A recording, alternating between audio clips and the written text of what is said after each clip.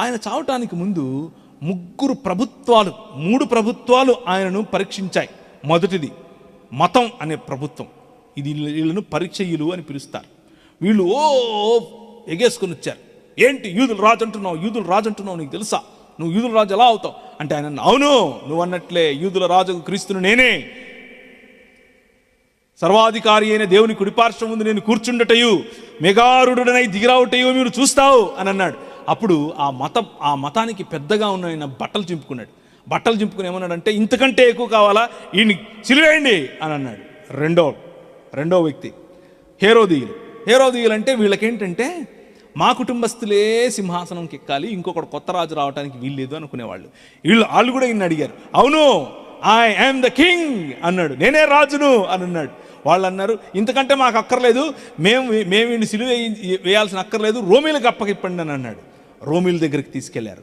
రోమా ప్రభుత్వం ఆ రోజుల్లో, ఇప్పుడు ఎక్కడి నుంచి ఉన్నాం మనం, మెసొపొటేమియా అయిపోయింది, ఐగుప్తు నాగరికత అయిపోయింది, ఇస్రాయేల్ అయిపోయింది, బబులోన్ నుంచి ఎక్కడికి వచ్చినప్పుడు గ్రెకో రోమన్ ఎంపైర్, రోమా అనేటటువంటి మహాశాసనం, గొప్ప శాసనం, పెద్ద రాజ్యం. ఆ రాజ్యానికి ప్రతినిధి పిలాతు నిలబడుకొని అంటున్నాడు, నువ్వు ఏం చేయలేదని నాకు తెలుసు, నువ్వు మాట చెప్తే నేను వదిలేస్తానుగా నిన్ను అని అన్నాడు.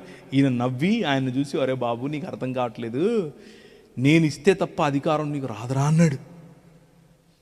ఏంటి, రోమా శాసనానికి రోమా రాజ్యానికి ప్రతినిధి అయిన నాకు నువ్వు అధికారం ఇస్తావా అనుకుని చేతులు కడిగేసుకున్నాడు. నా వల్ల కాదు బాబు, ఇదిగో మనిషి, ఈయనలో నాకు ఏ తప్పు కనపడలేదు, అయినా మీరు సిలువేయాలనుకుంటున్నారా, మీ కర్మ అని చెప్పి వదిలేశాడు.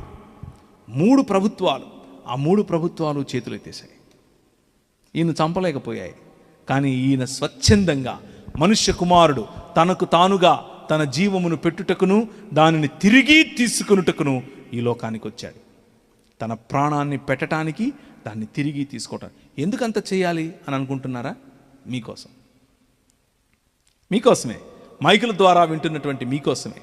మీరెప్పుడూ చచ్చిపోకూడదు అని, మీరు చనిపోయినా బ్రతకాలని, ఎల్లప్పుడూ జీవించేటటువంటి జీవితాలు, ఎల్లప్పుడూ జీవించే శరీరాలు మీరు కలిగి ఉండాలి అని ఆయనకు ఒక తపన. ఆ తపన కోసం ఈ లోకానికి వచ్చాడు. మరణం అనేటటువంటి మీ శరీరాన్ని, మీ శత్రువును చంపటానికి ఈ లోకానికి వచ్చాడు.